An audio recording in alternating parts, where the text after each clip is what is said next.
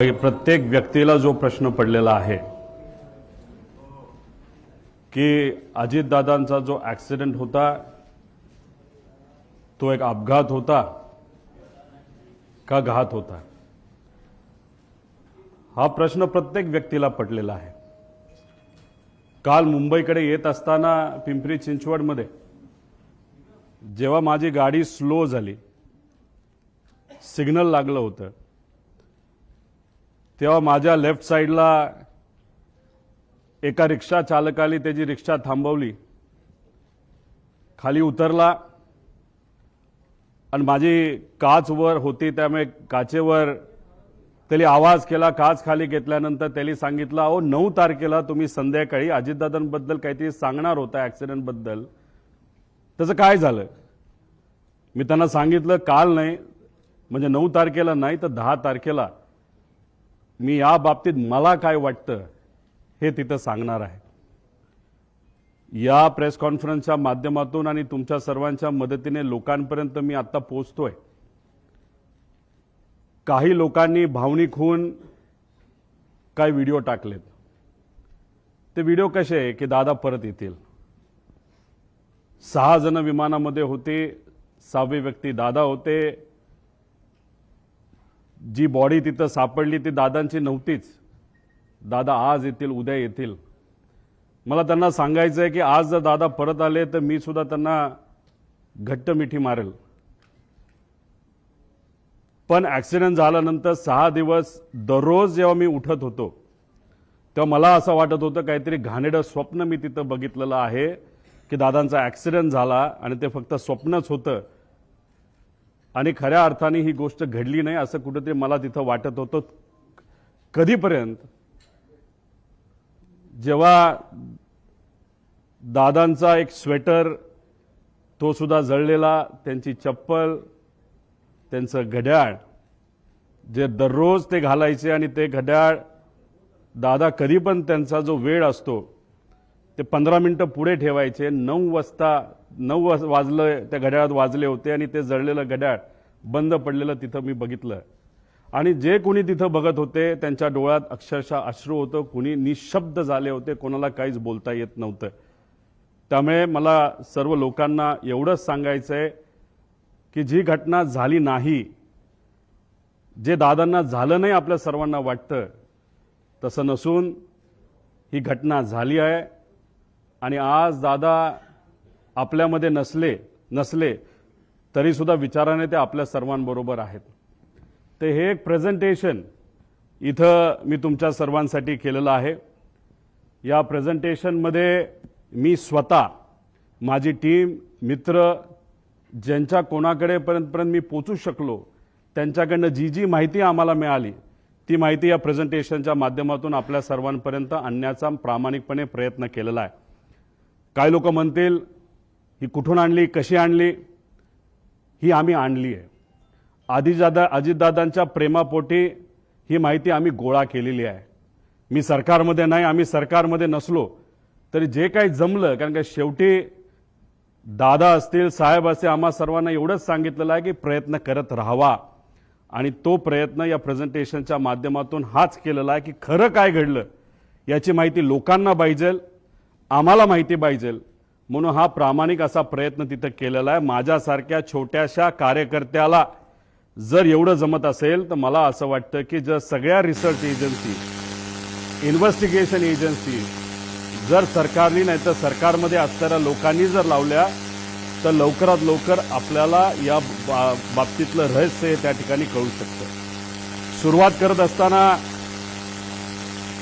आता दादांचा मुंबई ते बारामतीचा विमान प्रवास थोडक्यात दिलेला आहे। 210 किलोमीटर विमानाचं अंतर त्यांना तिथं कव्हर करायचं होतं।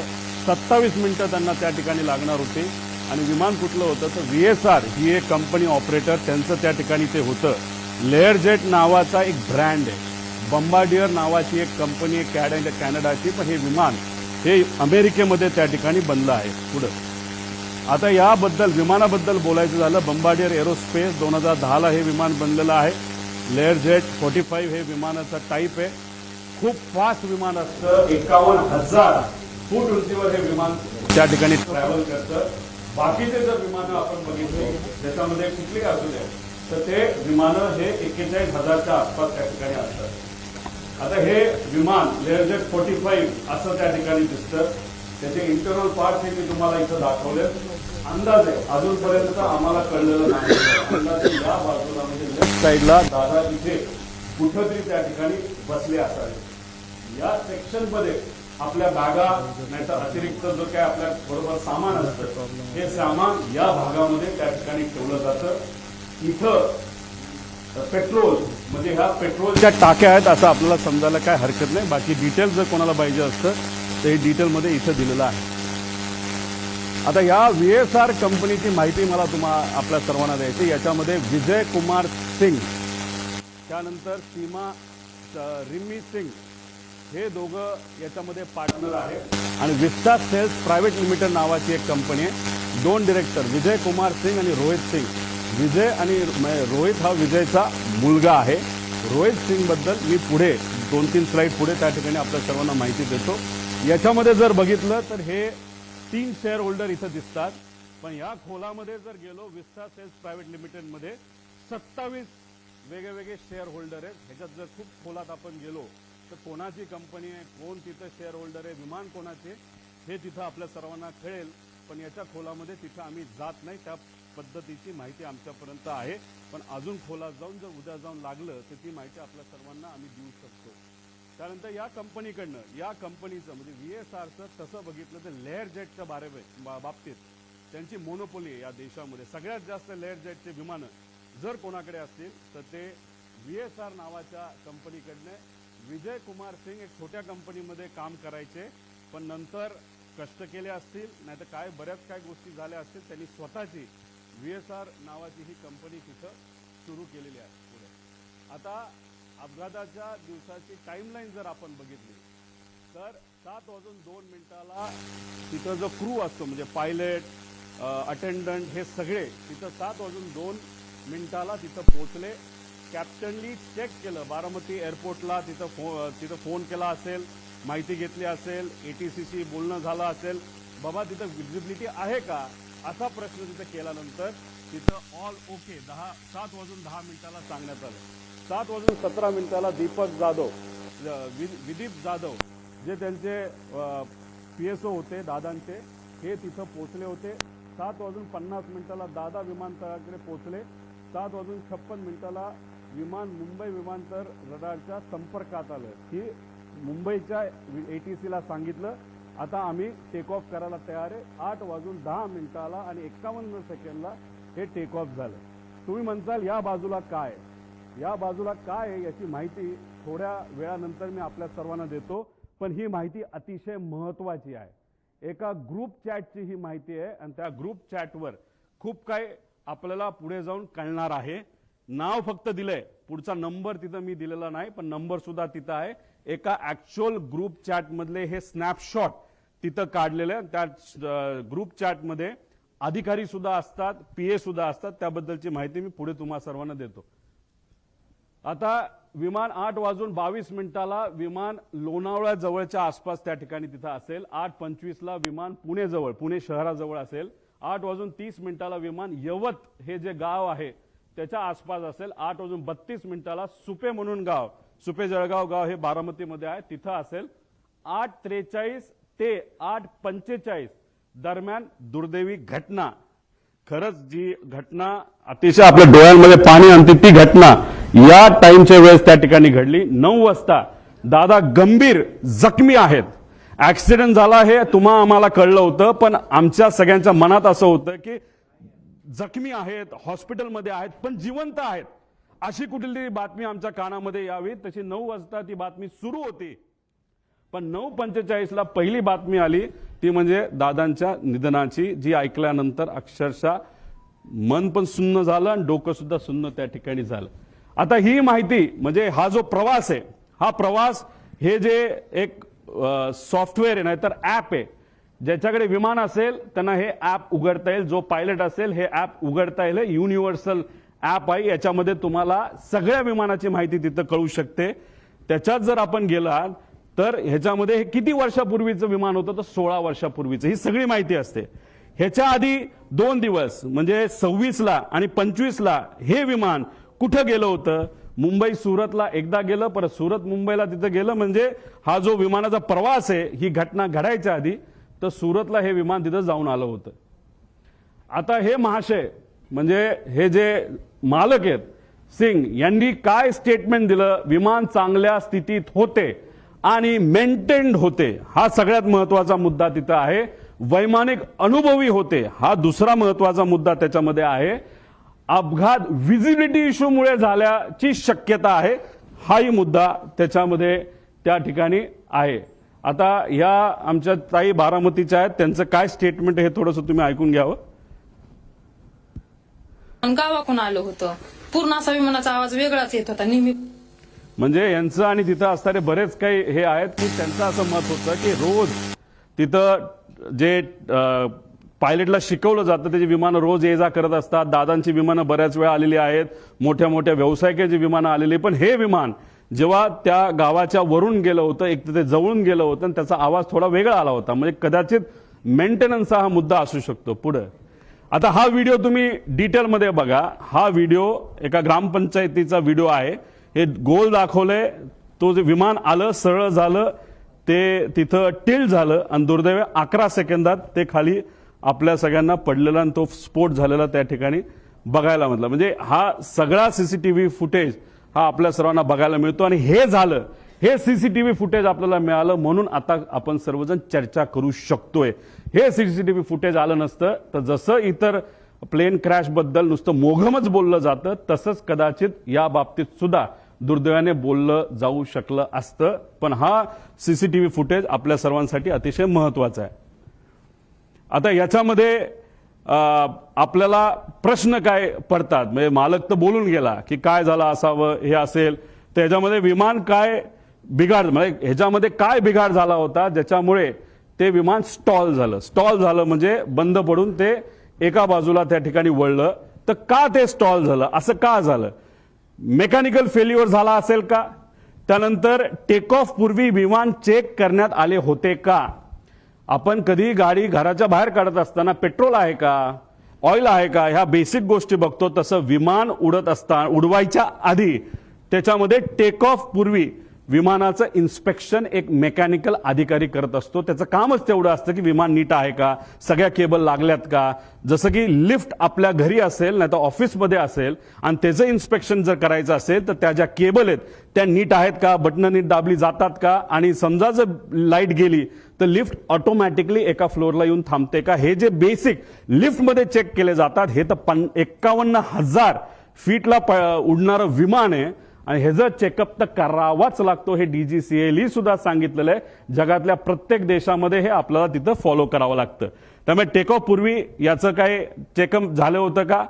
चेक करणारे कर्मचाऱ्यांना आता आपल्याला पकडावं लागणार आहे, बोलावं लागणार आहे, चर्चा करावी लागणार. ते आम्ही करू शकत नाही, पण जी कुठली एजन्सी आता सरकारने दिलेली आहे त्या एजन्सीला तिथं असणारे जे कोणी चेक करणारे कर्मचारी आहेत त्यांच्याशी तिथं आपल्याला बोलावं लागेल. टेकलॉग हा प्रत्येक विमानाचा टेकलॉग हा केला जातो. टेकलॉग असेल तो जो अधिकारी आहे मेकॅनिकल इन्चार्ज तो सही करतो आणि विमान चालक जे असतात को पायलट आणि मेन पायलट हे त्याच्यावर तिथं सही करतात. टेकलॉग सुद्धा आता आपल्याला शोधायचं आहे. आणि विमान हे जे होतं ते एअरवर्दी होतं का, म्हणजे विमान उडण्याच्या लायकीचं होतं का, असा एक वेगळा रिपोर्ट हा DGCAचा असतो. तो सुद्धा तिथं बघण्याची जरूरत आहे.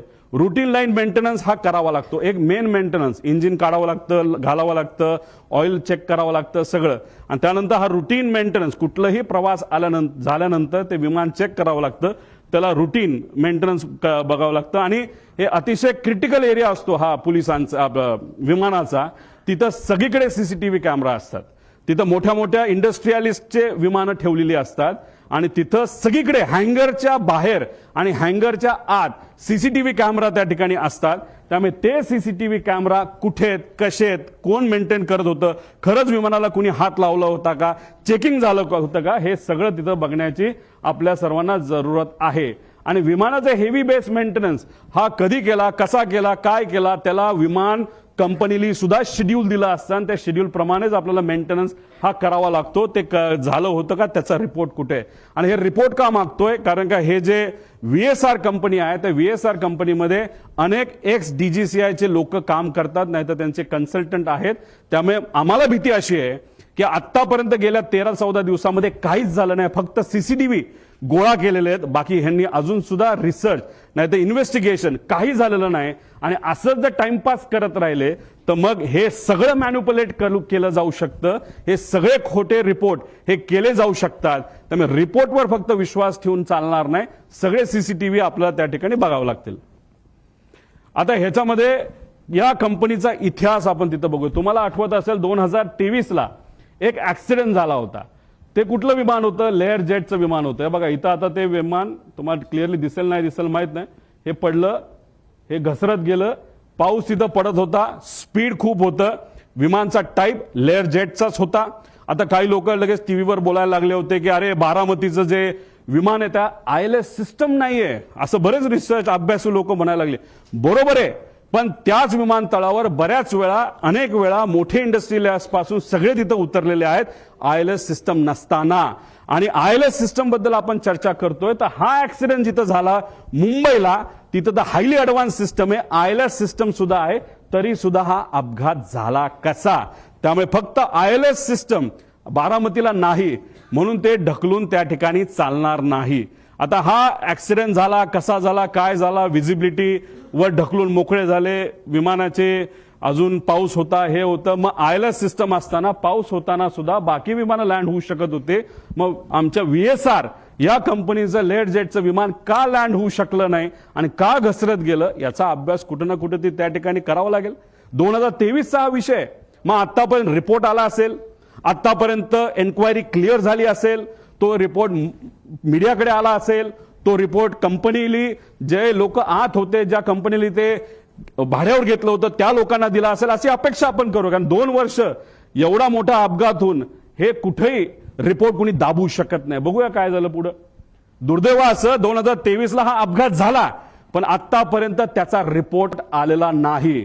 अजितदादांचा दुर्दैवी ऍक्सिडेंट झाल्यानंतर त्या बातम्या जेव्हा अख्ख्या देशामध्ये तुमच्या माध्यमातून त्या ठिकाणी केल्या गेल्या, तेव्हा कुठेतरी DGCAला तिथं जाग आली आणि final report soon in September 2023 Mumbai layer jet असं सांगण्यात आलं.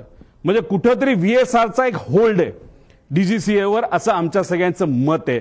म्हणून एवढा मोठा रिपोर्ट होऊन त्या ठिकाणी तो दाबण्यात आला. मग का हा रिपोर्ट दाबण्यात आला? हा रिपोर्ट जर आतापर्यंत आला असता, तो जर सरकारपर्यंत पोहोचला असता, तर मग काही गोष्टींमध्ये बदल होऊ शकले असते. आणि मग आज आपले अजितदादा, माझे काका, हे आज आपल्या सर्वांमध्ये इथं असू शकले असते. पण हा रिपोर्ट न झाला, न त्याच्यावर चेक झालं, कसं घडलं याचा कुठेही अभ्यास त्या ठिकाणी झाला नाही. हा रिपोर्ट आजपर्यंत दाबला असं आमच्या सगळ्यांचं त्याच्यामध्ये म्हणणं आहे. बरं ठीक आहे, भारताने हा रिपोर्ट दाबला. मग आता इंटरनॅशनल लेवलला काय झालं ह्याचा अभ्यास तुम्ही बघूया. EASA European aviation safety agency, ह्यातले काही विमान आहेत, लेगेसी आहे, ग्लोबल आहे, जे विमानं दुबईला पण पोहोचू शकतात, लंडनला सुद्धा पोहोचू शकतात, एवढी मोठी विमान आहेत. तुम्ही बघितलं असेल जेव्हा माझ्या मतदारसंघामध्ये एक फार मोठे क्रिकेटर हे आले होते, एक फार मोठं विमान घेऊन तिथे मी गेलो होतो आणि ते विमान हे लंडनला सुद्धा लँड होतं आणि ते कोणाचं होतं, ते VSRचं होतं. मग हे विमान लंडनला तिथं पोहोचत असेल, नाही तर युरोपमध्ये तिथं जात असेल, जेव्हा ही घटना भारतामध्ये, महाराष्ट्रामध्ये, मुंबईमध्ये घडली 2023ची, त्याची दखल युरोपियन एव्हिएशन सेफ्टी एजन्सीने घेतली आणि एजन्सीने VSRला विचारलं, अरे बाबा तुला TCO थर्ड कंट्री ऑपरेटर म्हणून आम्ही परवानगी दिलेली आहे, तुम्ही आमच्याकडे लँड होऊ शकता, पण ही घटना घडली कशी याचा रिपोर्ट आम्हाला तू दे, सेफ्टी तू करतो काय करतो कशा, या बाबतीत आम्हाला थोडी तरी माहिती दे. दुर्दैवाने आतापर्यंत ती माहिती ही या मोठ्या एजन्सीला, या VSR कंपनीली दिलेली नाही. तिथे सुद्धा हे दाबण्यात आलं आणि कुठंतरी काहीतरी गोष्ट लपवण्यात आली आणि त्यांनी सांगितलं लेवल 1 ची त्रुटी असल्याच्या कारणाने EASA कडून VSRचा परवाना रद्द झाला. लेवल 1 म्हणजे काय? सगळ्यात बेसिक सेफ्टी, ज्याच्यामुळे ऍक्सिडेंट होऊ शकतो, विमान पडू शकतं, माणूस जाऊ शकतो, याला लेवल 1 ची सेफ्टी त्याच्यामध्ये म्हणतात आणि ते तिथं झालं. आता there is major non compliance, त्याने हे direct serious risk to flight safety immediate corrective action required, त्याशिवाय आम्ही उडून देणार नाही असं युरोपियन एजन्सीने सांगितलं. आणि त्यांनी काय केलं, सस्पेंडेड ऑपरेशन, ग्राउंडेड एअरक्राफ्ट, सगळे अप्रुव्हल्स आणि सर्टिफिकेट काढून टाकले. सगळा मेंटेनन्स आणि त्याच्या फ्लाईट ऍक्टिव्हिटीज त्या युरोपमध्ये होत्या सगळ्या बंद करून टाकल्या. आता हे जर युरोपची कंपनी करू शकते, हे महाराष्ट्रात घडलं, देशात घडलं, तरी व्हीएसआर अजूनपर्यंत का विमानं उडवते असा प्रश्न आमच्या सगळ्यांचा आहे. माझे काका गेले, आपले दादा त्याच्यात गेले, पण आज व्हीएसआरच्या माध्यमातून सीएमांची फ्लाईट तिथे घेतल्या जातात, सगळ्या मंत्र्यांच्या फ्लाईट घेतल्या जातात, तिथं दुसरे उपमुख्यमंत्र्यांच्या फ्लाईट घेतल्या जातात. त्यांच्या सेफ्टीबद्दल तर आपण विचार केला पाहिजे. एक नेता आमचा गेला, पण बाकी नेत्यांचं काय? मग ह्या व्हीएसआरला अजूनपर्यंत का परवानगी दिली जाते? त्यांचा एवढा होल्ड की अजितदादांचा ऍक्सिडेंट होऊन सुद्धा त्यांना तिथं थांबवलं जात नाही. ESA सारख्या मोठ्या एजन्सीनी त्यांचा रद्द परवाना करून सुद्धा त्यांना तिथं परवानगी दिली जाते. तर एवढं फेवर व्हीएसआरला का केलं जातं असं आमचं मत आहे. मग आम्ही काय केलं, एक्स पायलट, जे पायलट व्हीएसआर कंपनीमध्ये काम करत होते, जे इंजिनियर व्हीएसआर कंपनीमध्ये काम करत होते, DGCA चे एक्स अधिकारी जे व्हीएसआरला ओळखून होते, या सर्व लोकांची चर्चा केल्यानंतर तुमच्यातले काही अभ्यासू आणि रिसर्च करणारे पत्रकार सुद्धा अशा लोकांना भेटल्यानंतर ह्या गोष्टी समोर आल्या. फ्लाईट ड्युटी टाइम लिमिटेशन, 12 तास गॅप लागतो. जर मी पायलट असेल आणि मी जर उडवलं असेल तर 12 तासानंतरच फ्लाईट उडू शकतो. पण ही कंपनी, व्हीएसआर कंपनी, हे जे रिपोर्ट असतात FDTL, हे मॅन्युपुलेट करतात. म्हणजे फक्त आकड्याचा खेळ त्या ठिकाणी केला जातो. आणि 6 तासापूर्वी सुद्धा जर एखादा पायलट आला असेल तर त्याचा कदाचित इन्सेंटिव्ह दिलं जातं, नाही तर तुला नोकरीवरनं काढतो असं सांगितलं जातं आणि लगेचच त्याला तिथं विमानात बसवलं जातं. त्यानंतर कॉकपिट व्हॉइस रेकॉर्डिंग, म्हणजे एक असतो ब्लॅक बॉक्स. ब्लॅक बॉक्समध्ये फक्त आवाज स्टोअर होतो असं नाही, आवाजाबरोबर ते जे इक्विपमेंट्स आहे ते कसे बिहेव करत होते, कुठं काय एक्सेलरेशन होतं, स्पीड काय होतं, आपली पोझिशन काय होती, कुठला काटा कुठं होता, हे सगळं ब्लॅक बॉक्समध्ये तिथं येतं. पण नॉर्मली जर आपल्याला कॉकपिट व्हॉइस रेकॉर्डर, हे साधे रेकॉर्डर असतात, त्यात कॉकपिटमध्ये काय झालं, संभाषण काय झालं याची माहिती आपल्याला देता येते. व्हीएसआर मध्ये कॉकपिट व्हॉइस रेकॉर्डर सिस्टम हे बंद ठेवलं जातं. त्यानंतर चेकलिस्ट टेकलॉग हा मेंटेन नीट केला जात नाही, तर मॅन्युपुलेट केला जातो. स्टँडर्ड ऑपरेटिंग प्रोसिजर SOP त्यांचं कुठेही नाही. आणि कॉस्ट कटिंग मध्ये हे महाशय, ही कंपनी अतिशय माहिर आहे. त्याच्यामध्ये मेंटेनन्समध्ये कमतरता दाखवणं, नाही तर कुठलंही विमान, नाही तर हेलिकॉप्टर घ्या, ते हेलिकॉप्टर जर आपल्याला उडवायचं असेल तर त्याच्यामध्ये तास दिले जातात. 2200 तास ब्रँड टू ब्रँड, नाही तर 2500 तास. ते झाल्यानंतर इंजिन चांगलं असलं काही नसलं तर पूर्ण इंजिन 6 कोटी रुपयाचं एखाद्या सिंगल इंजिन हेलिकॉप्टरचं आपल्याला बदलावंच लागतं. तसं इथे असतं. पण या कंपनीकडनं तिथं टायमिंग हे कुठेतरी चेंज केले जातात, मॅन्युपुलेट केले जातात आणि त्यामुळेच कुठेतरी ही घटना घडतात असं आमच्या सगळ्यांचं त्याच्यामध्ये मत आहे. आता गो अराउंड, आता अजितदादांना घेऊन हे विमान फ्लाय करत होतं VVIP, म्हणजे ज्यांना झेड सिक्युरिटी, Z+ सिक्युरिटी आहे, अशा व्यक्तीला हे विमान घेऊन चाललं होतं. विमान उडत असताना जर तिथं व्हिजिबिलिटीचा इश्यू असेल नसेल तरी त्या पायलटला 2 स्टेशन द्यावं लागतात. एक जिथं चाललाय तिथं आणि बॅकअप एअरपोर्ट तुम्हाला सांगावं लागतं. कदाचित ह्यांनी मुंबई ते एअरपोर्ट दिला असेल, नाही तर हैदराबाद तिथं दिला असेल. आता तिथं गो अराउंड करत असताना एकदा ट्राय केला, दुसऱ्यांदा कदाचित त्यांना ते दिसलं नसावं. त्यांनी सांगितलं हो दिसलं, पण दिसलं नसावं, तर तिसऱ्यांदा राऊंड घ्यायला पाहिजे होता. पण ह्यांनी तो घेतला नाही. दुर्दैवाने सेकंड अटेम्प्टलाच त्यांनी तो प्रयत्न केला. जी घटना घडली ती घडली. आणि दुसरं कसं असतं, ह्यांना पुढे कुठे जायचं होतं, अजित काकांना घेऊन हे कुठं जाणार होते, बारामतीला जाणार होते. आणि बारामतीवरनं हे कुठं जाणार होते, शमशाबाद ते पटना, तिथं कोणतरी व्यक्तीला तिथं घेऊन जाणं. म्हणजे ह्यांना घाई होती, नाही बाबा जायचंच आहे, नाही तर 10 लाख रुपये आपलं जे भाडं आहे ते त्याच्यामध्ये बुडू शकतं. आपण पुण्याला गेलो तर हे भाडं आपण बारामतीला पोहोचू शकलो नाही, तेही पैसे आपल्याला मिळणार नाही. म्हणून कुठंतरी या कंपनीकडनं या पायलटवर प्रेशर होतं असंही आपल्याला त्या ठिकाणी बोलता येईल. आता दुसरं स्टॉल वॉर्निंग सिस्टम, म्हणजे याच्यामध्ये एखादं विमान स्टॉल होण्यापूर्वी आपल्याला एक अंदाज येतो, काही ती गडबड त्याच्यामध्ये होते. हे विमान स्मार्ट विमान असतं आणि ह्याच्यातली ही जी काय स्टॉल वॉर्निंग सिस्टम आहे, आमचा प्रॉपर इंटेल आहे. आमचं काही लोकांशी तिथं बोलणं झालंय, फक्त त्यांनी सांगितलं आमचं कृपा करून तुम्ही नाव नका सांगू, आमच्या नोकऱ्या तिथं जातील. त्यांची चर्चा अशी, जे विमान अजित काकांना घेऊन तिथं ते ऍक्सिडेंट झालं त्याच्यामध्ये ही जी स्टॉल वॉर्निंग सिस्टम ती बंद होती. ती बंद असल्यामुळे काही गोष्टी आपल्याला आधीच कळल्या नाही आणि त्यामुळे ती घटना त्या ठिकाणी घडली असावी असं काही तज्ज्ञांचं तिथं मत आहे. आणि हेवी बेस मेंटेनन्स केलं कुणी ह्याच्यासाठी आम्ही हे पुरावे त्या ठिकाणी मागतोय. पीटीटी पुश टू टॉक म्हणजे तुमची वॉकी टॉकी असते, आपण बटन दाबतो, आपण बोलतो, पलीकडचं ऐकतो, तसं विमानामध्ये पीटीटी असतं. हे पीटीटी जेव्हा चालू होतं तेव्हा कॉकपिटमध्ये बटन दाबल्यानंतर जे जे काय चालू असतं, जसं की आता मी पोहोचतोय, आता लँड होतोय, मी पुढे तुम्हाला ट्रान्सक्रिप्ट दाखवेल, तर ते सगळं कळतं.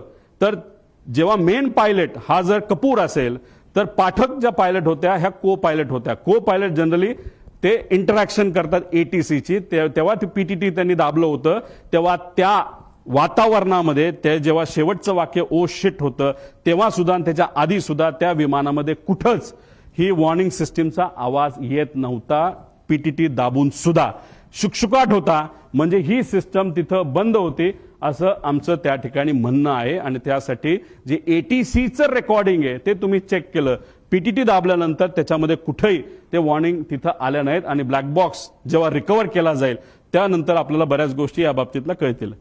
आता दुसरा विषय असा आहे की हा व्हिडिओ तुम्ही ऐका, मग तुम्हाला त्या ठिकाणी मी सांगतो. आमच्या गावातनं उतरताना आमच्या गावात एक मंदिर आहे, त्या मंदिराच्या कळसाला सुद्धा टेकायची काही लोकांना शक्यता वाटते.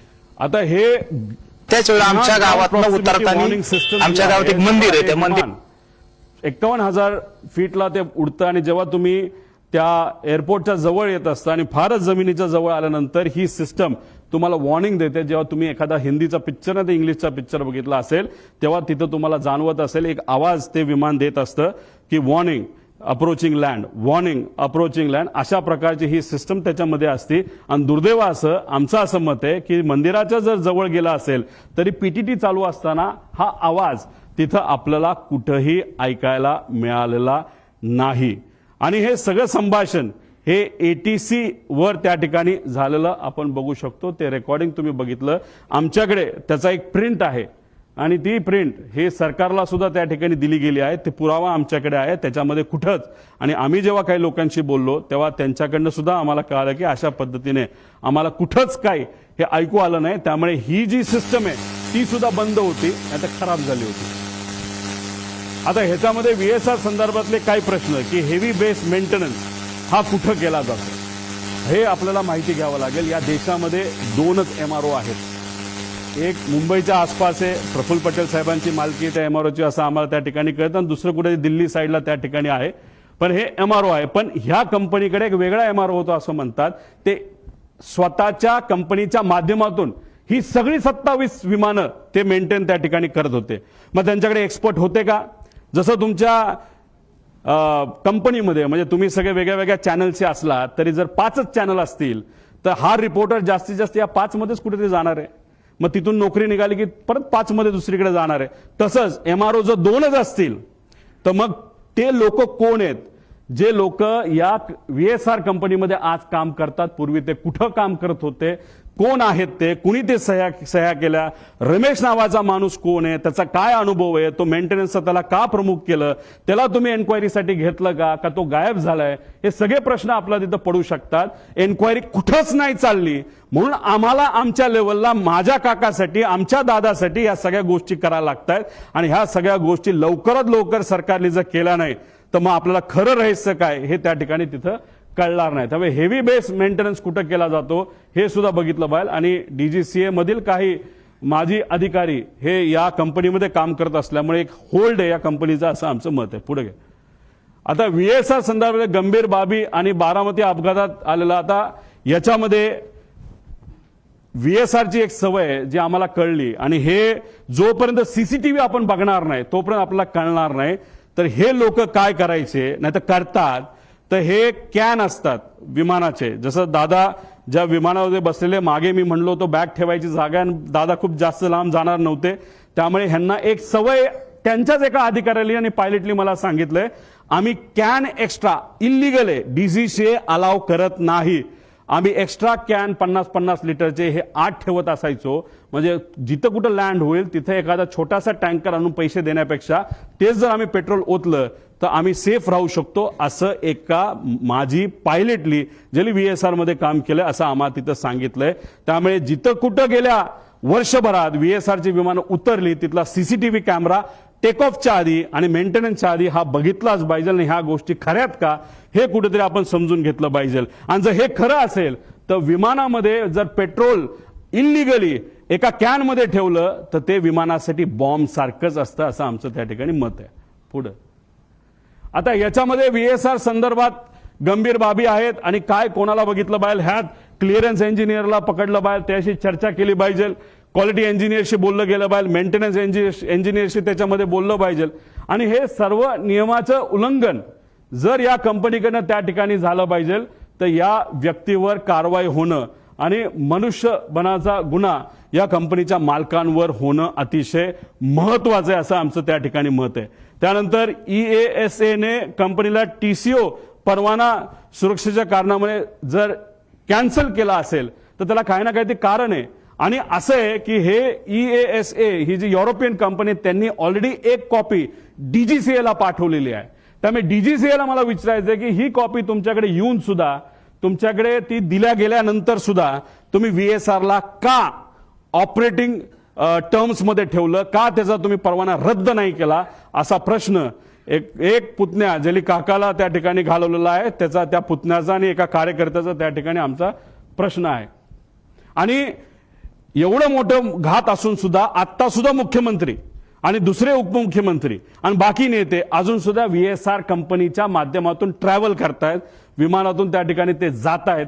हे अतिशय घातक आहे. त्यामुळे या बाबतीची नोंद सरकारने तिथं घेणं फार महत्वाचं आहे. आता तुम्ही म्हणाल हे जे आहे हे काय आहे, एक ग्रुप असतो, सर्व मंत्र्यांकडे 2 ग्रुप असतात, ते ग्रुपचं नाव ते वेगवेगळे ठेवू शकतात, पण एक साई एव्हिएशन नावाची कंपनी आहे, एरो नावाची कंपनी आहे. आता इथं मी GR तुम्हाला दिल्यानंतर तुम्हाला लागलं तर आम्ही तिथं देऊ. या कंपनीने अलोकेट केलेला 2 हँडलिंग कंपनी आहेत. मग या 2 कंपन्या खालचे जे ऑपरेटर आहेत VSR सारखे यांच्याशी संवाद साधून कुठलं विमान कधी अवेलेबल आहे, मंत्र्यांना कधी बाहेर याबद्दलची माहिती त्या ठिकाणी ती दिली जाते. मग त्या ग्रुपमध्ये कोण असतं तर त्या मंत्र्यांचे सगळे PA, ऑफिशियल PA आणि जे कोणी प्रोग्राम बनवतात ते PA, ते अधिकारी त्या ग्रुपमध्ये असतात. आणि त्याच्याच बरोबर आपले जे संचालय आहे ह्याचं महाराष्ट्राचं विमानांचं तिथले ते डायरेक्टर आहेत, ऑफिशियल IAS अधिकारी नाही तर त्या लेवलचा एक अधिकारी त्या ग्रुपमध्ये असतो. त्या ग्रुपमध्ये टाकलं जातं की उद्या जसं 27 जानेवारी 2026 ला 8 वाजता मुंबई ते बारामती अजित पवारांना जायचं असं ग्रुपमध्ये. आणि एरोचा टाइम होता 1 ते 15 हे साईसाठी होतं, 16 ते 31 तारखेपर्यंत एरोच्या ग्रुपमध्ये हा मेसेज टाकला. हे कोण क्रिस्टोफर नावाचा जो कुणी तिथला मॅनेजर आहे का ओनर आहे त्याने टाकलं नोटेड सर. तो झालं 7:13 आणि 7:14 संध्याकाळी. म्हणजे जे काही लोक म्हणतात दादा हे विमानाने जाणारच होते, हे प्री प्लॅन्ड होतं, असं अजिबात नाही. आदल्या दिवशी संध्याकाळी 27 तारखेला संध्याकाळी 7:13 वाजता ठरलं की अरे आता खूपच उशीर झालेला आहे, आता उद्या विमानाला गेल्याशिवाय गत्यंतर नाही. नाहीतर दादा गाडीली जे काय प्लॅनिंग केलं होतं, तुम्ही तिथला CCTV बघा देवगिरीचा, तिथं तुम्हाला दिसेल सगळ्या गाडी या लाईनीमध्ये लागल्या होत्या. दादाचा अंदाज होता 5, 5:30 ते 6 पर्यंत आपल्याला गाडीली पुण्यापर्यंत जायचं आणि पुण्यातून बारामतीला गाडीली त्या ठिकाणी जायचं. तरी सुद्धा उशीर झाला म्हणून हा ग्रुपवर मेसेज टाकला आणि हे ग्रुप अशा पद्धतीने त्या ठिकाणी चालवले जातात. आता हे एरो नावाचा ग्रुप कंपनी कोणाची हे आपल्याला पुढे जाऊन बघावं लागेल. आता हे एरो कंपनी आहे, सरकारची विमाने बुक करण्यासाठी ही काम करते. ह्याचा जो हँडलर आहे आता तो कोण आहे आपल्याला शोधावा लागणार आहे, त्याचं फार वजन आहे एअरपोर्टवर, तो म्हणेल तसं तिथं काम केलं जातं असं माझं मत आहे. ही कंपनी कोणाची आपल्याला बघा. एक कंपनीचा डायरेक्टर जो आहे तो पतंजली कंपनीमध्ये सुद्धा डायरेक्टर असं आम्हाला कळालं, पण आम्ही खूप खोलात गेलो असं नाही. ज्याला कोणाला बघायचं असेल ना तर ह्या ज्या इन्व्हेस्टिगेशन एजन्सीज आहेत त्यांनी सुद्धा एरोकडे लक्ष देण्याची जरूरत आहे. आता पुढे जाऊन तुम्हाला सांगतो त्या ग्रुपवर काय चर्चा झाली होती, पुढे घ्या. आता हा प्रश्न आहे घातपात आहे का. मला सुद्धा शंका आहे की कदाचित हे घातपात असू शकतं का, तर हे पुढच्या काही स्लाइड्स मध्ये मी आपल्या सर्वांना सांगतो.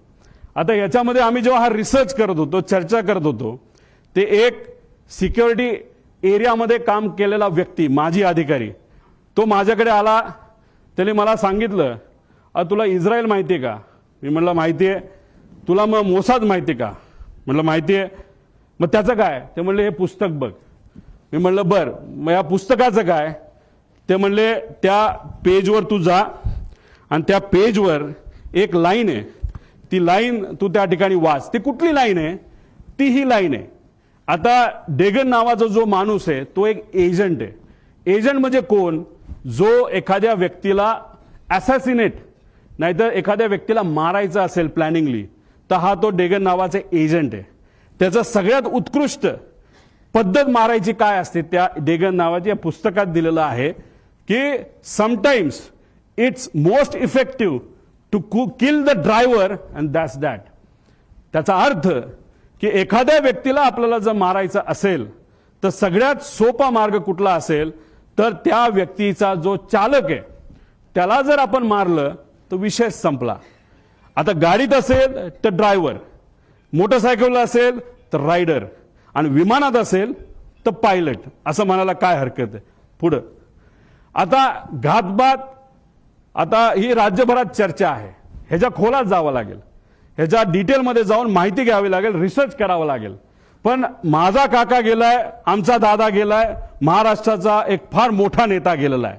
तर ही घटना लाईटली घेऊन चालणार नाही. एखादी गोष्ट इकडे तिकडे झाली, आपण इकडे गेलो तिकडे गेलो, कुणी काय केलं, ह्याली काय होणार नाही. आम्हाला जोपर्यंत ह्याची उत्तरं मिळत नाही तोपर्यंत आम्ही शांत बसणार नाही. आता ह्याच्यामध्ये आदल्या दिवशी 27 जानेवारीला रोजच्या वेळेपत्रानुसार दादा संध्याकाळी म्हणजे जेव्हा कॅबिनेटच्या बैठका झाल्या, दादा म्हणाले होते अधिकाऱ्यांना की 4-5 तास मी माझी कामं करेल. काही अधिकारी मला, माझ्या पार्टीतले काही अधिकारी भेटणारे आणि काही नेते भेटणार आहेत आणि काही कर्मचारी भेटणार आहेत, त्यांच्याशी मी चर्चा करेल आणि मग मी मुंबईला जाईल, असा दादांचा त्याच्यामध्ये त्या ठिकाणी अंदाज होता. ताफा सुद्धा लागला होता. एक फार मोठे नेते दादांना भेटण्यासाठी येणार होते, ते वेळेत येणार होते पण उशीर झाला.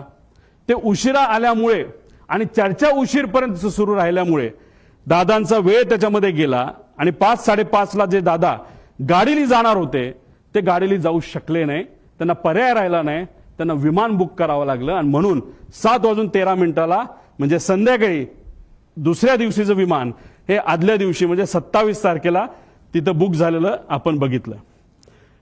पूर्व विदर्भातील एक कुठले तरी नेते हे मोबाईल चेक करा दादांचे, नाही तर लँडलाईनवर कोणाचा फोन होता काय होता मला माहित नाही, पण मला जे कळालेलं आहे सही करावीच लागते. फार महत्वाची फाईल आहे. आणि मग ती फाईल कुठे हे जेव्हा बघितलं गेलं, ती फाईल घरी नव्हती, ती फाईल मंत्रालयाच्या कार्यालयामध्ये होती दादांच्या. दादा कुठलीच फाईल मोकळी ठेवत नाहीत, पण अचानक ती फाईल तिथं होती. मग ती दादानी बोलवली. बोलवण्यात येण्यात मुंबईचं संध्याकाळचं ट्रॅफिक तुम्हाला माहिती आहे. ती फाईल पोहोचूस तर वेळ गेला. वेळ गेल्यानंतर ती फाईल आली. पण एक मोठा नेता आपल्या पक्षाचं बोलत असेल तर सही तर करावीच लागेल. आणि मग दादानी ती सही केली. ती फाईल यूज तर सही करूस तर त्याच्यामध्ये दुर्दैवाने त्या ठिकाणी वेळ गेला. आता ह्याच्यात खोलात जर जायचं असेल, कारण आमच्या पण ओळखी तिथं आहेत, आमच्या पण जीवाची माणसं आहेत. अजितदादांबरोबर जेव्हा केव्हा मी भेटलो आणि दादांचा जो काही शेवटचे 3-4 महिने होते त्यात मी, दादा आणि त्यांच्याबरोबरचे अधिकारी एकदम घट्टपणे एक फार महत्वाची चर्चा त्या ठिकाणी करायचो. आणि ती करत असताना मग काही अधिकाऱ्यांचे, कर्मचाऱ्यांचे त्याच्यावर आमच्यावर त्या ठिकाणी विश्वास असल्यामुळे तिथं चर्चा काय चालली होती हा विषय जेव्हा केला तेव्हा तिथं चर्चा कुठले तरी राजकीय कन्सल्टंट कोणीतरी आहे, त्यांचा जो कॉन्ट्रॅक्ट आहे जो शेकडो कोटीचा आहे तो आपल्याला कॅन्सल करावा लागतोय. कारण त्यांच्याकडनं काहीच आपल्याला मिळत नाही, त्याचा काहीच फायदा होत नाही.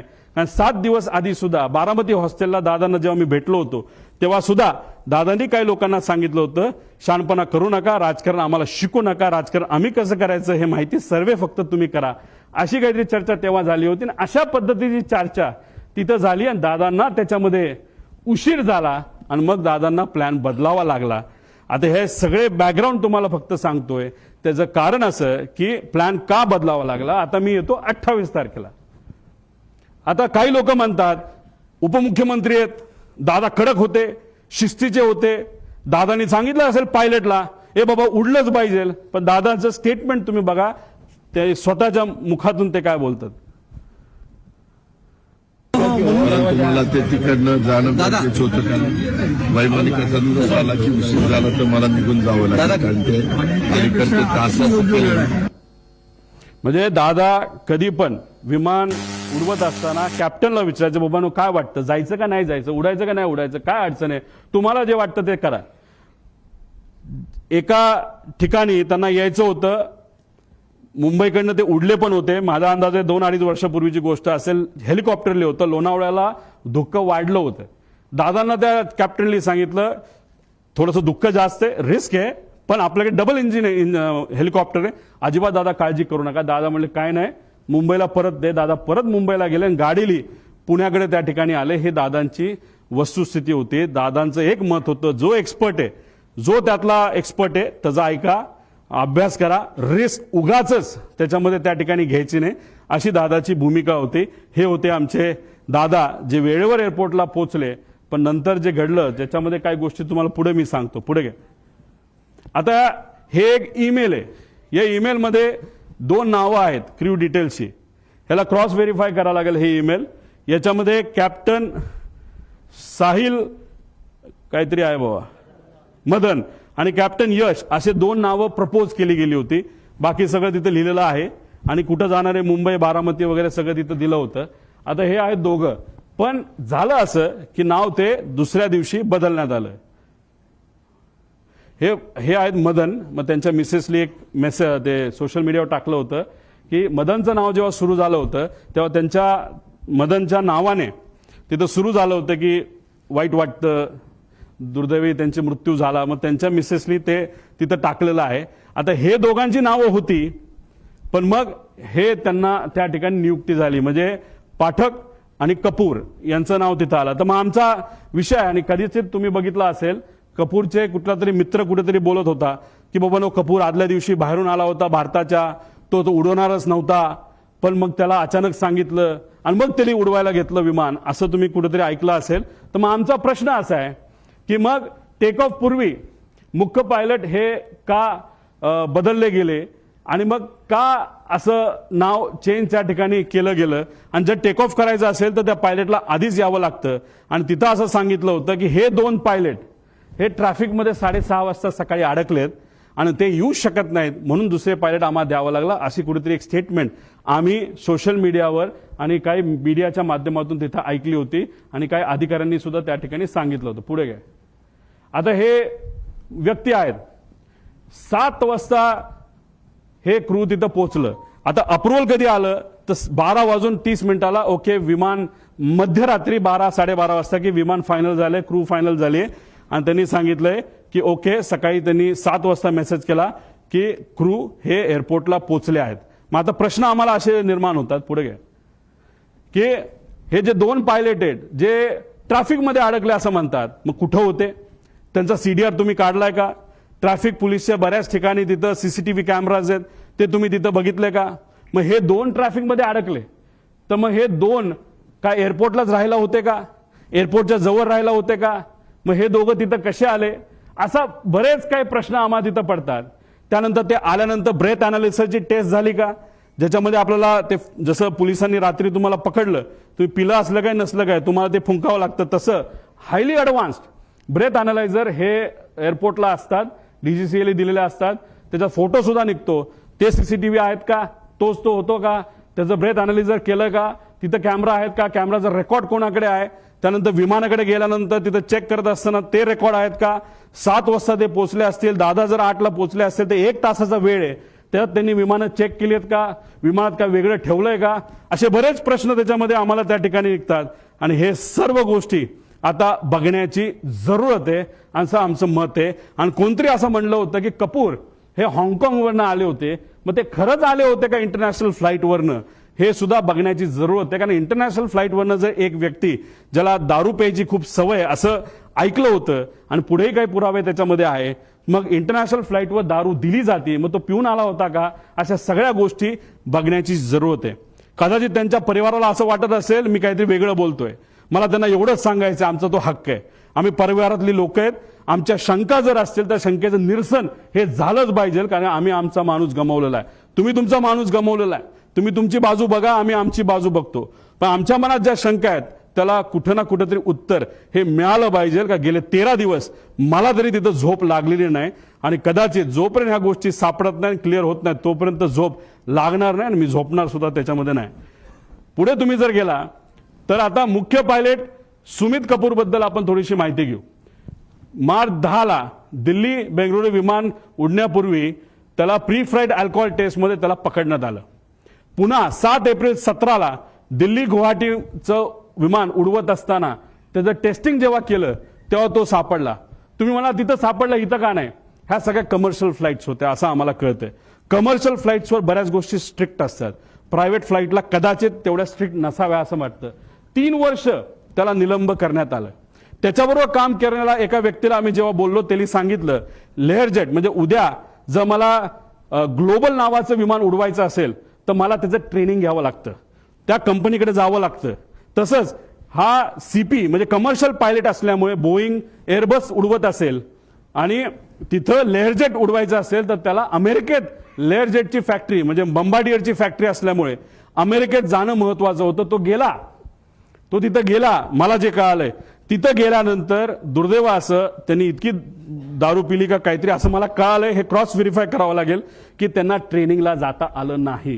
हे रिपोर्ट आता आपल्याला काढावं लागतील खरंच हे घडलं होतं का आणि त्यांना परत ट्रेनिंगला पाठवण्यात आलं असंही आम्हाला त्याच्यामध्ये त्या ठिकाणी कळलं होतं.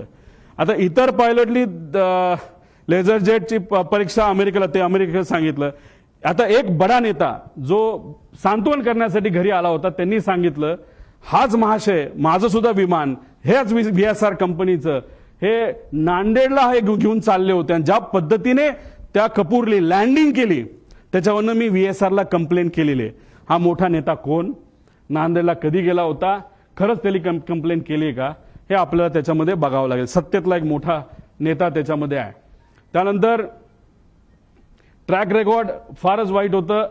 तरी मग या व्यक्तीला तिथं अजितदादांचं विमान नाही तर VIPचं, उद्धव ठाकरे साहेबांचं, फडणवीस साहेबांचं, एकनाथ शिंदे साहेबांचं, ऍक्टरचं ह्या सगळ्यांचं विमान का उडवायला दिलं असा प्रश्न आमचा तिथं आहे. पुढं आता ह्याच्यामध्ये तुम्ही जर बघितलं असेल तर VK सिंग म्हणजे हा मालक त्यांचा एक ग्रुप आहे व्हॉट्सअपचा. त्या ग्रुपवर आम्ही ही माहिती काढली. कशी काढली काय काढली हे नका मला विचारू पण ही माहिती आहे. आता तुम्ही म्हणाल ही माहिती तुम्ही देत आहात त्याला ते डिलीट केलं तर काय? तुम्ही व्हॉट्सअप किती डिलीट करा सगळी माहिती कळते. त्यामुळे जो कोणी तिथे इन्व्हेस्टिगेट करणार आहे हा ग्रुप कुठला, हा ग्रुप कोणाचा, त्या ग्रुपवर कोण आणि गेल्या 2 वर्षामधल्या त्याच्यावरच्या ज्या काही डिस्कशन आहेत हे लोकांसमोर त्या ठिकाणी आल्या पाहिजे. ह्याची एक डिस्कशन ह्याच्यामध्ये तुम्ही बघितली.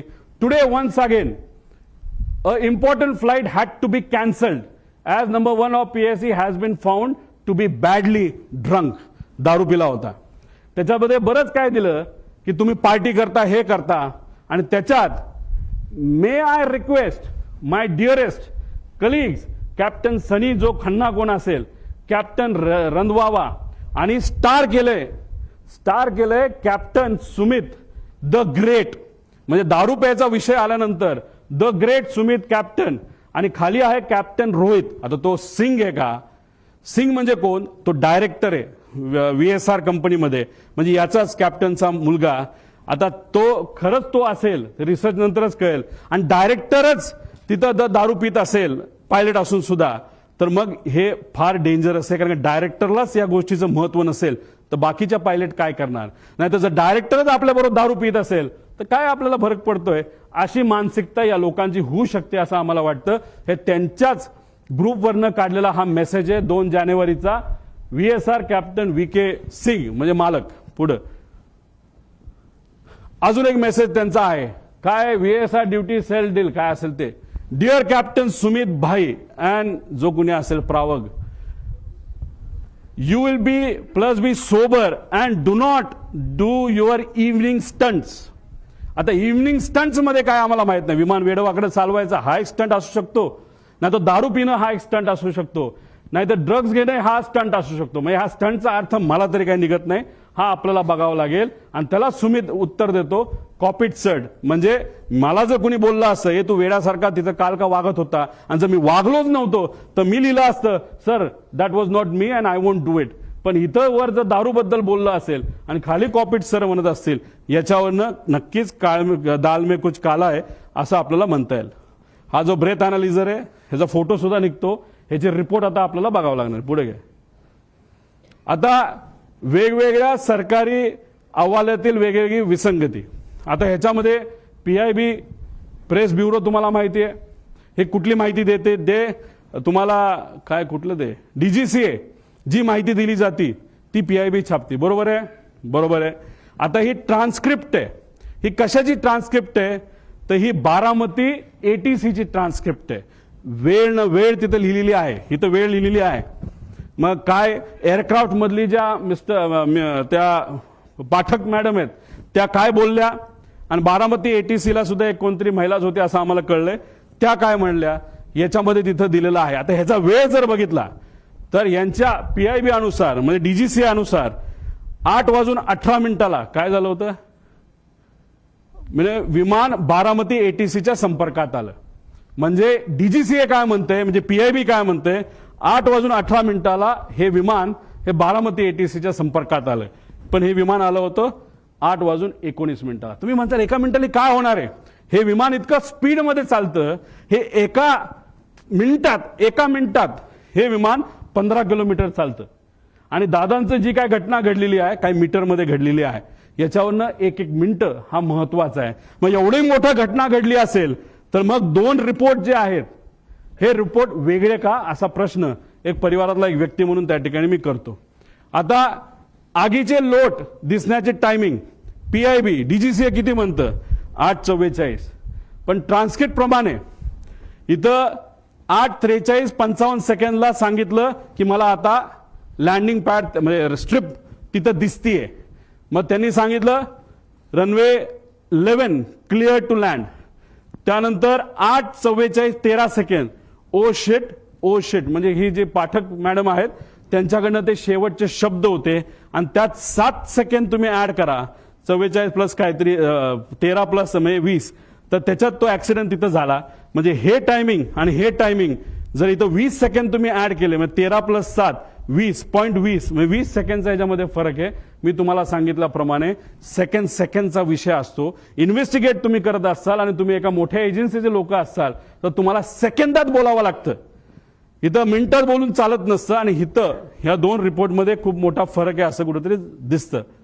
आता हा एक ट्रान्सपॉन्डर एक असतं विमानाला, विमान सांगत असतं सॅटेलाइटच्या माध्यमातून मी इथे आहे, माझं स्पीड किती आहे, मी अलाइन झालोय का, एअरपोर्टचं जे स्ट्रिप आहे त्याला मी अलाइन झालोय का, तिथून माझं डिस्टन्स किती आहे, माझी हाईट किती आहे, माझं लोकेशन कुठे आहे, हे सगळं तिथं दिलं जातं.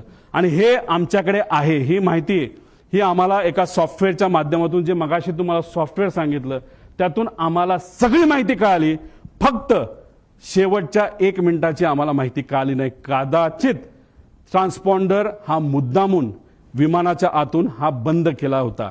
तुम्हाला टिल्ट होताना जे विमान दिसते त्या ट्रान्सपॉन्डर बंद होता.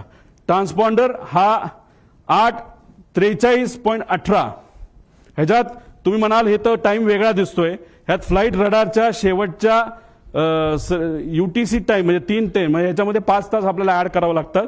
त्यात 8:43.18 जेव्हा हे बंद झाला ट्रान्सपॉन्डर, का बंद झाला, का कुणी बंद केला, असे प्रश्न आम्हाला त्याच्यामध्ये आहे. आता आपल्याला शेवटपर्यंत कळालं असतं.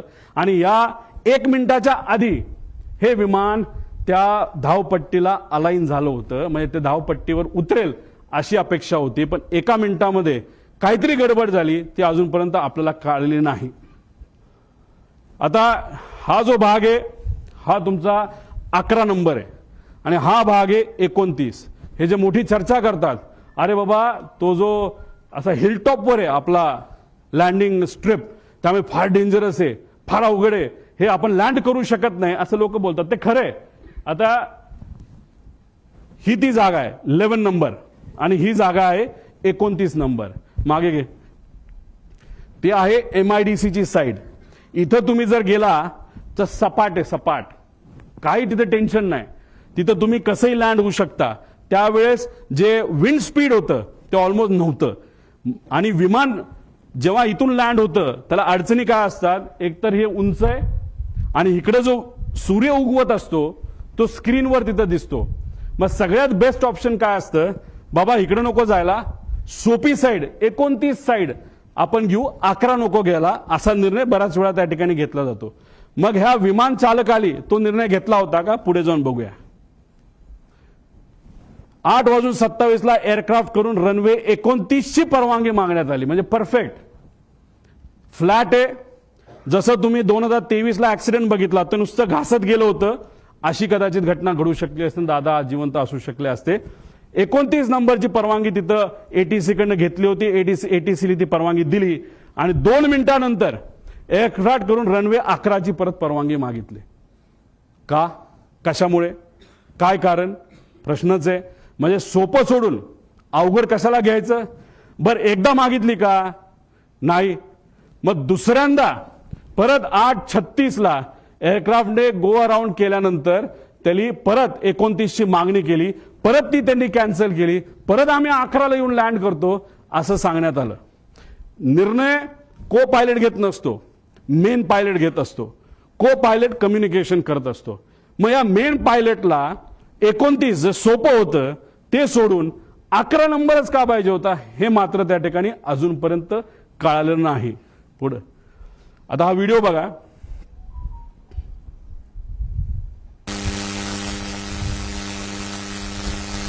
थोडं मागे या. ही लांबून तुम्हाला दिसत असेल, हे धुक्क आहे, विजिबिलिटी हा प्रॉब्लेम होता. मागे या बाजूला थोडंसं तुम्ही जर बघितलं तर एक लाईन दिसते आणि नंतर ब्लास्ट दिसतो. थोडंसं डिटेलमध्ये बघा. एक लाईन आली, पडली, स्फोट झाला. ती लाईन काय आहे, ती आग आहे का, हे सुद्धा बघण्याचे कारण आहे. हे आपल्याला बघावं लागेल. ते काय अजूनपर्यंत कळलं नाही. ही विजिबिलिटी आहे. जो रनवे आहे, रनवेच्या जवळ तिथं ट्रायल केली जाते, नाही तर ट्रेनिंग केलं जातं, म्हणून तिथं काही कॅमेरा ठेवले, त्या कॅमेरातला हे व्हिज्युअल आपल्या सगळ्यांना त्या ठिकाणी बघता येईल. पुढे घ्या. आता ह्याच्यामध्ये हे आहे व्हिज्युअल फ्लाईट रूल्स. हे रूल काय सांगतं, आता मी सुद्धा हेलिकॉप्टर जेव्हा जातो तेव्हा मला विचारावं लागतं टेक ऑफ किती वाजता करायचा. मग टेक ऑफ किती वाजता करायचा, कोण परमिशन देतं, एटीसी. का परमिशन देतं, धुक्क असेल आणि 1500च्या खाली जर विजिबिलिटी असेल तर मला परवानगी मिळत नाही. मला परवानगी हेलिकॉप्टरला 1500च्या पुढे असा अंदाज त्या ठिकाणी आहे. मग मी विचारलं विमानाला काय परवानगी आहे. विमानाला स्ट्रिक्ट रूल आहेत.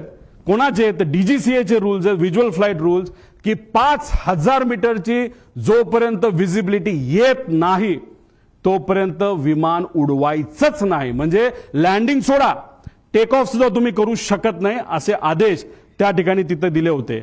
आता तुम्हाला मला विचारायचंय की 8:30 वाजता विजिबिलिटी 3 किलोमीटरची होती. बघा 8:31 आणि 11 सेकंडला visibility is 3 kilometre as of now. कुणी सांगितलं, बारामती एटीसी. आता इथं ही जी कोणी व्यक्ती आहे हँडलर एरोचा, तो काय म्हणतो, captain checking visibility at Baramati 7:03. All okay sir 7:10. म्हणजे काय, विजिबिलिटी इज ओके. मग आता एरोला पकडायला काय कारण आहे, एरोली खोटी माहिती का दिली. साधा प्रश्न आहे. 8:30 वाजता जर विजिबिलिटी 3 किलोमीटर असेल तर सकाळच्या वेळेस 7 वाजता विजिबिलिटी कमी असेल का जास्त असेल, धुक्क जास्तच असेल ना. मग हा महाशय 7:10 म्हणतो ऑल ओके सर, म्हणजे visibility is okay, okay to take off. म्हणजे ह्या व्यक्तीने सुद्धा ऑफिसमध्ये जिथं डायरेक्टर, महाराष्ट्राचा डायरेक्टर एव्हिएशनचा ज्या ग्रुपमध्ये, त्या ग्रुपमध्ये हे महाशय म्हणतात all okay, visibility is fine, okay to take off. आणि ही गोष्ट बघितल्यानंतर आमचे दादा विमानात बसले आणि मग तिथं जे काय घटना त्या ठिकाणी घडली. मग एरोला पण जबाबदार धरायला काय कारण आहे, धरायलाच पाहिजे. त्यामुळे हे सगळे विषय आहेत. त्यामुळे इथं मोठा रूलचा डिफिशिएट आहे. मग या पायलटला माहित होतं विजिबिलिटी नाही, तरी तो हिरोगिरी करायला का गेला, मुद्दामून गेला का, त्याच्यावर कुठलं प्रेशर होतं का वेगळंच काय कारण आहे. आणि कदाचित त्याच्या मनामध्ये ही घटना घडवायचीच होती असे होते का, असे प्रश्न आम्हाला तिथं उद्भवतात. पुढच्या काय गोष्टी बघितल्यानंतर तुम्हाला त्या गोष्टी खऱ्या वाटतील. पुढे घे.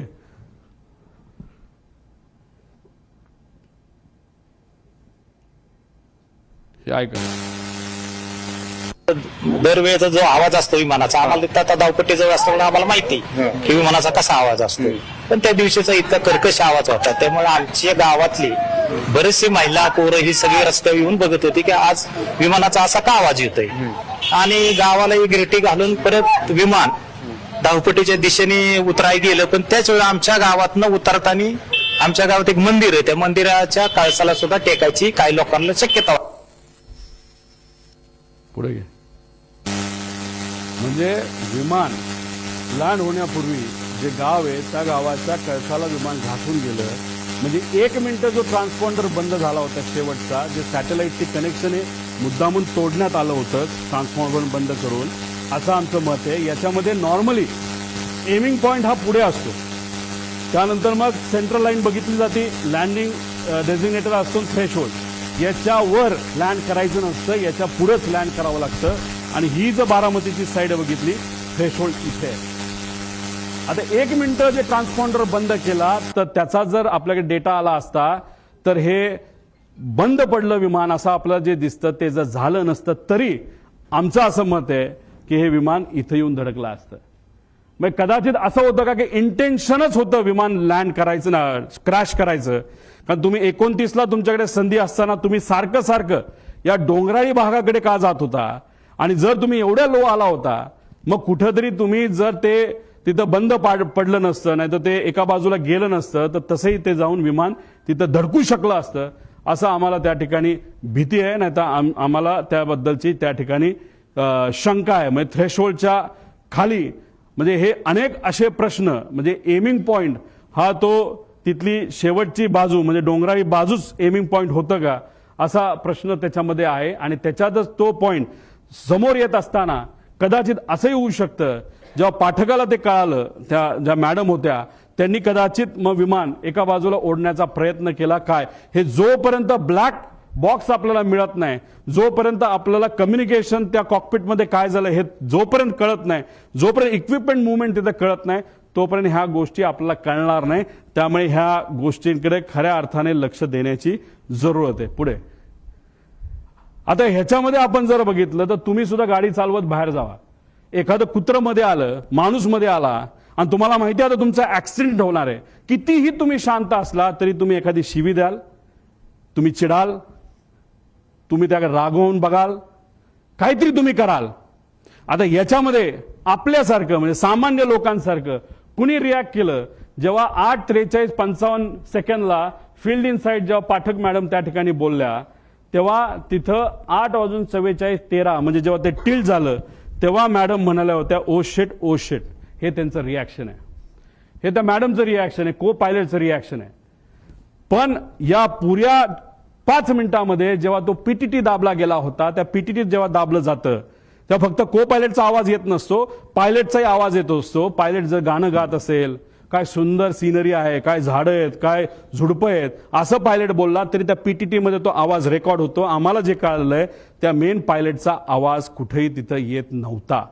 मग पायलट झोपला होता का डोज ऑफ झाला होता का वेगळंच काहीतरी झालं होतं का मुद्दामून त्याच्या मनामध्ये एक निश्चय त्याचा होता की आता आपल्याला हे विमान काही झालं तरी जमिनीवरच त्या ठिकाणी घेऊन जायचं आणि ऍक्सिडेंटच घडवायचा, असे अनेक प्रश्न निर्माण होतात. त्यामुळे ब्लॅक बॉक्समधून माहिती आणणं हे महत्वाचं आहे. ही नॅचरल रिॲक्शन होती, ओ शिट ओ शिट. तिथं मेडे मेडे बोलावं लागतं, पण मेडे मेडे बोलण्याची सुद्धा मानसिकता त्या मॅडमची नव्हती. का? कारण का त्यांना या गोष्टीचं कदाचित काहीच माहित नव्हतं. जेव्हा विमान हाताबाहेर गेलं, नाहीतर तिथं एक सर्किट ब्रेकर नावाचा एक बटन असतं, ते जर बटन बंद केलं तर विमानाच्या सगळ्या गोष्टी बंद होतात आणि विमान ज्या पद्धतीने एखादी बाटली आपण असं फेकू त्या पद्धतीने ते तिथं पडतं, जे तिथं पडताना आपण सगळ्यांनी बघितलेलं आहे. आणि त्यानंतर 11 सेकंद नाही तर 8 सेकंद नंतर हे क्रॅश झालेलं आहे. म्हणजे 8 सेकंदाचा त्याच्यामध्ये गॅप आहे. बटन जेव्हा शिफ्ट केलं गेलं तेव्हाच त्या पाठक मॅडमला, ज्या तज्ज्ञ होत्या पायलटच्या, आणि एक गोष्ट तुम्ही समजून घ्या, माझ्या माहितीनुसार हे क्रॉस व्हेरीफाय करावं लागेल, हे कपूर 16,000 तास दिसत असले तरी पाठक मॅडम ज्या 1600 तासाचं त्यांचं फ्लाइंग आहे ते फक्त लेअर जेटवर झालं होतं. आणि हे जे आहे आपले कपूर यांचं फ्लाइंग हे वेगळ्या वेगळ्या विमानात झालं होतं. त्यांचा अनुभव कदाचित लेअर जेटवर या पाठक मॅडमपेक्षा कमी होता आणि ते कॅप्टन इन कमांड जेव्हा कमर्शियल एअरलाईन मध्ये होते तेव्हा कॅप्टन इन कमांड ते नव्हते. नजीकच्याच काळामध्ये कॅप्टन इन कमांड ते झाले होते असं कुठंतरी शंका, नाही तर काही प्रमाणात काही लोकांकडनं माहिती आम्हाला आलेली आहे. त्याची माहिती घेऊन त्या डिटेलमध्ये जाणं हे अतिशय महत्वाचं आहे. त्यामुळे दादांचा दौरा का बदलला, विमानाची वेळ बदलली गेली का, पायलट खरंच बदलले का बदलले, असे काही प्रश्न आहेत. मग त्यानंतर केंद्रीय विमान मंत्रालयाचा अहवाल आला का, एटीसी ट्रान्सक्रिप्ट, आणि या अहवालामध्ये का त्याच्यामध्ये डिस्परन्सी आली, का त्याच्यामध्ये फरक आलेला आहे, मधील वेळेची विसंगती का आली, पायलट रडारचा 1 मिनिट आधीच ते जो ट्रान्सपॉन्डर आहे तो का बंद झाला, का बंद केला गेला, व्हिजिबिलिटी कमी असताना सुद्धा टेक ऑफ का झालं, जर टेक ऑफ पुण्याचं एअरपोर्ट बॅकअप पकडून केलं असेल तर लँड करण्याचा प्रयत्न का तिथं झाला, असा आमचा प्रश्न आहे. रनवे 29 अवेलेबल असताना, सेफ असताना, फ्लॅट असताना, कुठलंच टेन्शन तिथं नसताना, तिथं सूर्याचा पण त्रास नसताना सारखं सारखं मला रनवे 11च पाहिजे असं का त्या ठिकाणी सांगण्यात आलं. आधीच विमान कमी उंचीवर आणले गेले होते का, त्यानंतर शेवटच्या काही मिनिटात पायलट काहीच, जो मेन पायलट आहे, एवढी घटना जमीन जवळ येते, विमान टिल्ट होतंय, तिथं बंद पडतंय विमान, तरी तुम्ही काहीच बोलत नाही, याचा अर्थ काय. तर याचा अर्थ जर काढायला गेलं तर मी सामान्य परिवारातला एक व्यक्ती म्हणून, नाही तर सामान्य व्यक्ती ज्याचं टेक्निकल बॅकग्राऊंड कुठलंच नाही, मला असं वाटतं की हा अपघात नाही, हा 100% त्याच्यामध्ये घात असू शकतो. आणि हीच माहिती आम्हाला सगळ्या इन्व्हेस्टिगेशन एजन्सीजकडनं पाहिजे. पण मग इन्व्हेस्टिगेशन एजन्सी, सरकारी एजन्सी हे योग्य पद्धतीने काम करू शकतं का, करू शकतं. पण लोकांच्या मनामध्ये शंका आहे. काही दिवसांपूर्वी माजी अधिकारी ज्यांनी अजितदादांवरच टीका केली होती, त्या अधिकाऱ्याने सुद्धा सांगितलं की ठीक आहे, दादांचं माझं एवढं चांगलं नव्हतं, पण मग एन्क्वायरी करत असताना जर सरकारीच एजन्सी करणार असेल तर त्यांना जसं पाहिजे तसंच ते एन्क्वायरी करू शकतात. म्हणून आमचं परिवाराचं आणि एक कार्यकर्ता म्हणून आणि दादा हे आमचे नेते म्हणून आम्हाला ज्या काही शंका आहेत त्या शंका ह्या एक्सटर्नल एजन्सीकडनं त्या ठिकाणी घेणं अतिशय महत्वाचं आहे. ज्या नावं मी पुढे जाऊन तिथं आपल्याला सांग, BEA bureau of enquiry and analysis for civil aviation France ही एक चांगली कंपनी आहे. त्यानंतर AAIB UK ही दुसरी एक चांगली कंपनी आहे. नॅशनल ट्रान्सपोर्टेशन सेफ्टी बोर्ड, कारण का ही कंपनी बंबार्डियर ही कॅनेडियन कंपनी आहे, पण हे विमान मॅन्युफॅक्चर अमेरिकेत झालंय. अमेरिका जे कुठलं विमान मॅन्युफॅक्चर होतं त्याचं इन्व्हेस्टिगेशन ही एजन्सी अमेरिकेची तिथं करते. त्यामुळे या तिघीपैकी ज्या कुठल्या चांगली आहे, नाहीतर त्यातल्या 2 एजन्सीकडे हे काम तिथं देण्यात आलं. सरकार करायचं करू द्या, आमचा त्यांच्यावर काही विश्वास नाही असं नाही, पण त्यांनाही करू, पण ही बॅकअप अशा एजन्सी त्याच्यामध्ये असणं आमच्या सर्वांसाठी अतिशय महत्वाचं आहे असं माझं मत आहे. एक स्लाइड आधी. आता ह्याच्यामध्ये आपण जर बघितलं तर फॉरेन्सिकची जी टीम आहे ती टीम दुर्दैवाने उशिरा आली. ती का उशिरा आली, त्यांनी खरंच आतापर्यंत काय केलं, सीआयडीला काम दिलंय, चांगली गोष्ट आहे. आपण सीआयडीला एअरपोर्टवर जाण्याची परवानगी आहे का. मी काही लोकांशी त्यांच्याशी बोललो, म्हणलं आतापर्यंत काय झालं, ते म्हणले आतापर्यंत आम्ही सीसीटीव्हीचे फुटेज घेतले. म्हणलं कुठले घेतले, ते म्हणले आम्ही एअरपोर्टचे घेतले. म्हणलं बाकीचं नाही.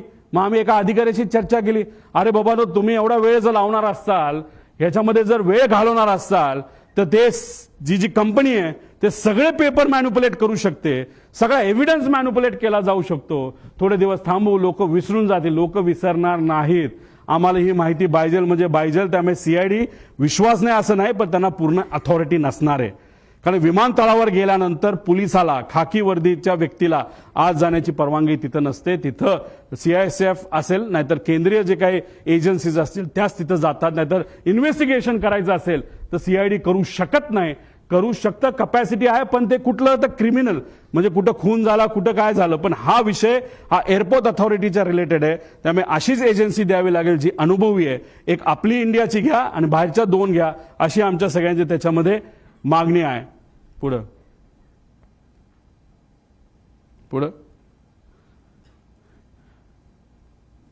हे सगळे विषय आहेत.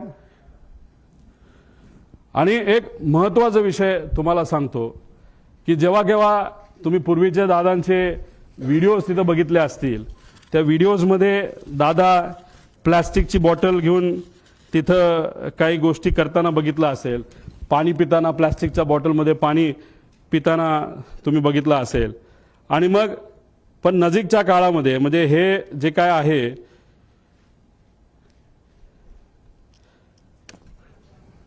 आता हे जे काय झालं ते झालं. ही गोष्ट कदाचित दादांच्या मनामध्ये असावी की कधीही काही होऊ शकतं. त्यामुळे गेल्या काही महिन्यांमध्ये दादा प्लॅस्टिक बॉटलवरनं दादा अशा बॉटलमध्ये त्या ठिकाणी आले होते. का आले होते, कशामुळे आले होते, ह्याच्यात काय करू शकता येत नाही. म्हणून तुमचे नजीकच्या काळामधले काही महिन्यातले जर तुम्ही त्यांचे व्हिडिओज बघितले, मागे सिक्युरिटीचा अधिकारी असतो उभा, तो सुद्धा त्यांचा विश्वासू, त्याच्या हातामध्ये काचेची बाटली असते. आणि ती काचेची बाटली अशीच नसते, ती बऱ्याच वेळा चेक केलं जातं आणि त्यानंतर त्यांच्या हातामध्ये ती बाटली असायची. मग दादा प्लॅस्टिक बाटलीवरनं दादा या बाटलीवर का आले असाही प्रश्न पडतो. जेव्हा माझ्या एका मित्राली हेलिकॉप्टर घेतलं होतं, मी दादांना सांगत होतो, दादा माझ्या मित्राला एक हेलिकॉप्टर घेतलंय. म्हणलं चांगला आहे, तो तुझा विश्वासू आहे का? म्हणलं हो आहे. मग त्याचंच हेलिकॉप्टर तू वापर, बाहेरून तू घेऊ नको. आम्ही आत्ताच्या काळामध्ये बरंच काही वेगळं ऐकलेलं आहे. आता ह्याच्यातून ते मला काय सांगण्याचा प्रयत्न करत होते मला तर ते काय माहीत नाही.